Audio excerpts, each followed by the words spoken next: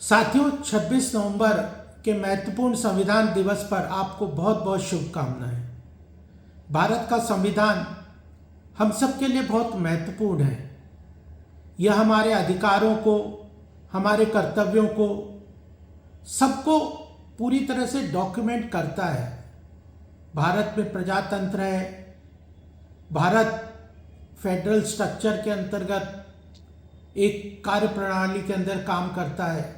यह हमारा संविधान की देन है कि स्वतंत्रता के बाद आज एक वाइब्रेंट प्रजातांत्रिक देश के रूप में भारत खड़ा हुआ है, जिसमें सभी धर्मों का, सभी जातियों का, सभी वर्गों का ख्याल रखा गया है और सभी के अधिकारों और कर्तव्यों को निर्धारित किया गया है। सरकार के कानून क्या हों, सरकार किस तरह कार्य करे, जुडिशरी और उसके साथ एग्जीक्यूटिव ब्यूरोक्रेसी, जो गवर्नेंस स्ट्रक्चर है, उसको बहुत अच्छी तरह से अधिकारों सहित फंडामेंटल राइट्स और डायरेक्टिव प्रिंसिपल के माध्यम से हम सबके सामने संविधान में आदरणीय डॉक्टर भीमराव अंबेडकर जी के नेतृत्व में जो समिति थी, उसने यह संविधान हमें दिया।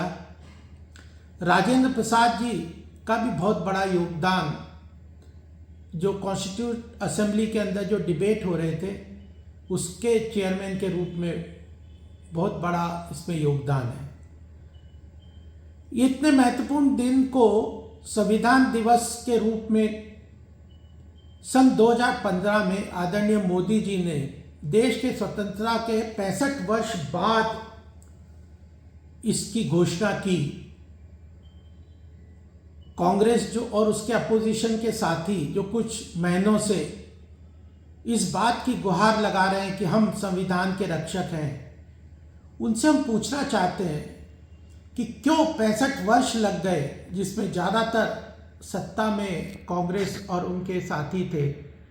संविधान दिवस को मैं जिस दिन 26 नवंबर सन 1949 में जब संविधान को कॉन्स्टिट्यूएंट असेंबली ने एडॉप्ट किया, उसको संविधान दिवस के रूप में क्यों नहीं मनाया गया, क्यों नहीं उसकी घोषणा की गई।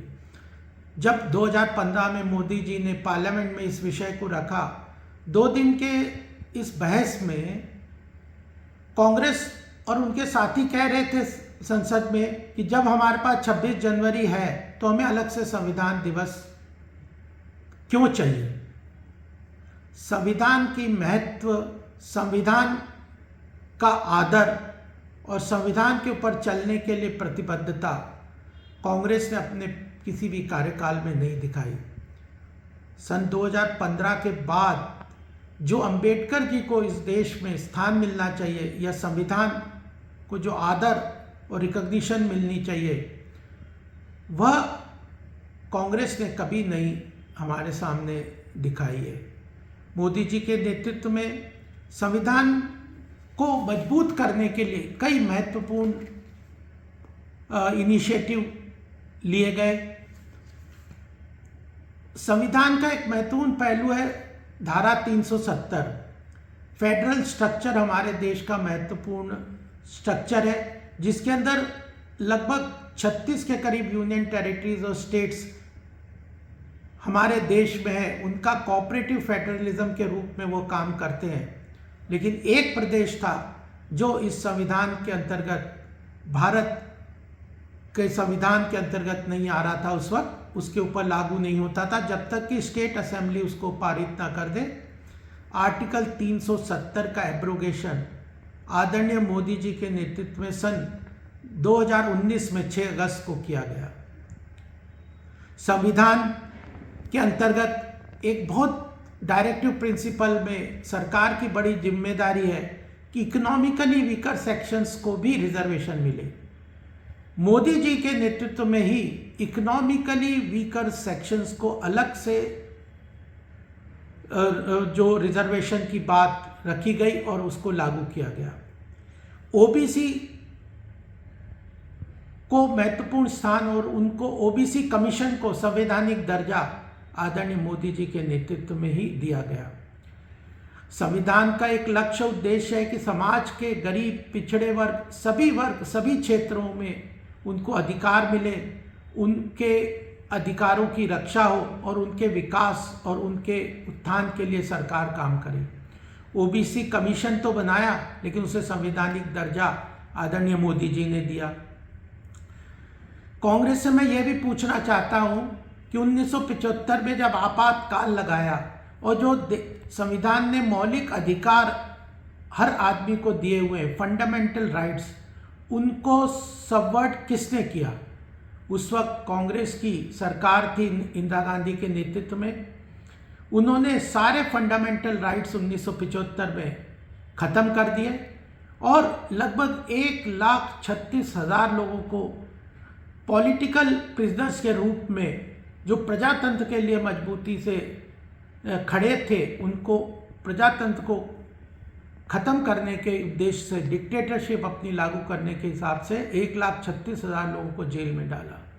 उस वक्त भारतीय जनता पार्टी और कुछ पूरे परिवार के संगठनों के लोगों ने, लगभग 90,000 लोगों ने संघर्ष करके प्रजातंत्र को पुनः बहाल इस देश में किया। 90 से अधिक समय में आर्टिकल 356, जिसमें केंद्र सरकार प्रदेश सरकार की चुनी हुई सरकारों को डिसॉल्व करके प्रेसिडेंट रूल लगाती है, 90 बार कांग्रेस ने अपने कार्यकाल में आर्टिकल 356 का उपयोग करके प्रदेश सरकारों को, चुनी हुई प्रदेश सरकारों को डिसॉल्व किया है। अंबेडकर जी, जिनको हम संविधान के निर्माता के रूप में मानते हैं, उनको कांग्रेस ने कभी भारत रत्न देने का प्रयास नहीं किया, न भारत रत्न दिया। वह तो भारतीय जनता पार्टी की सपोर्टेड सरकार थी जिसने उनको भारत रत्न से सम्मानित किया। हमें जो अंबेडकर जी के पंच स्थल हैं, जहाँ पे उनकी एजुकेशन हुई, जन्म हुई, जहाँ पे उनके कार्य क्षेत्र था, पढ़ाई किया, उन सब क्षेत्रों को पंच तीर्थ के रूप में मोदी जी के नेतृत्व में भारतीय जनता पार्टी की सरकार ने उनको प्रॉपर रिकॉग्निशन दी।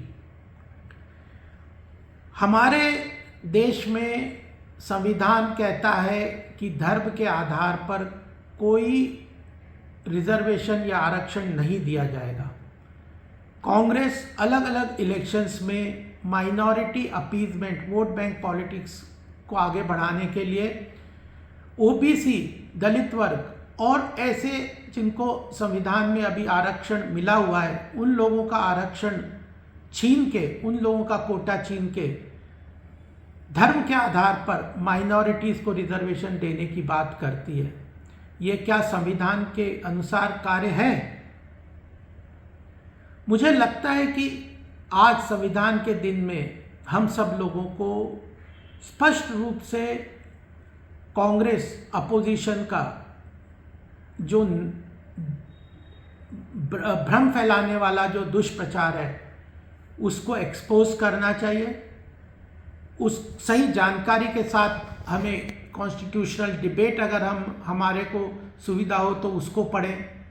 सबसे बड़ी बात है कि अंबेडकर जी, जिनको संविधान का निर्माता मान के दलित वर्ग और देश में पिछड़े वर्ग को आगे ले जाने के लिए जिनने महत्वपूर्ण काम किया है, ऐसे व्यक्ति को जो उनका राजनीतिक रूप से देश में स्थान होना चाहिए, वह दिलाने की कभी कांग्रेस ने कोशिश नहीं की। बल्कि जब वो खुद कांग्रेस की सरकार से उन्होंने रिजिग्नेशन दिया तो और फिर इलेक्शन लड़ा, तो उसके खिलाफ कांग्रेस ने अपना कैंडिडेट खड़ा किया। जब उन्होंने अपना रेजिग्नेशन लेटर कांग्रेस की सरकार से नेहरू जी को दिया, उस समय का उनका रेजिग्नेशन लेटर पढ़ना चाहिए हमें। उसमें पता चलेगा कि किस प्रकार से उनका जो दर्द था, जो उनकी पीड़ा थी, उन्होंने उसको कांग्रेस के सरकार के कार्यकलाप के बारे में लिखा। उसको हमें जानकारी रहनी चाहिए।